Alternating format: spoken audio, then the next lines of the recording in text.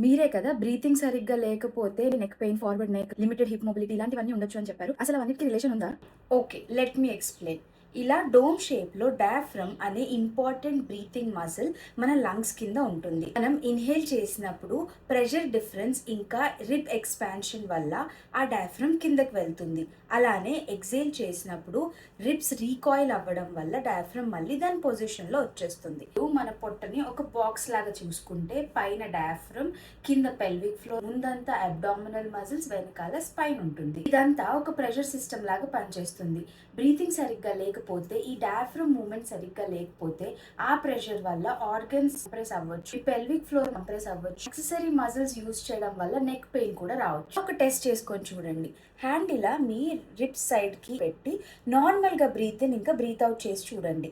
ఒక్క సైడ్ ఎక్కువ, ఒక్క సైడ్ తక్కువ ఎక్స్‌పాండ్ అవుతుందా లేదా అనేది అబ్జర్వ్ చేసుకోండి. ఈ పొజిషన్‌లో ఇలా రిలాక్స్డ్‌గా పడుకొని నేను హ్యాండ్ పెట్టిన దగ్గర రిబ్స్ ఎక్స్‌పాండ్ అయ్యేలాగా నోస్‌తో ఇన్‌హేల్ చేసి మౌత్‌తో ఎక్స్‌హేల్ చేయండి. మీ సింప్టమ్స్ బట్టి మీకు ఎఫెక్టివ్‌గా ఉండే బ్రీతింగ్ టెక్నిక్స్ తెలుసుకోవాలి అనంటే మెసేజ్ చేసి కన్సల్టేషన్ బుక్ చేసుకోండి.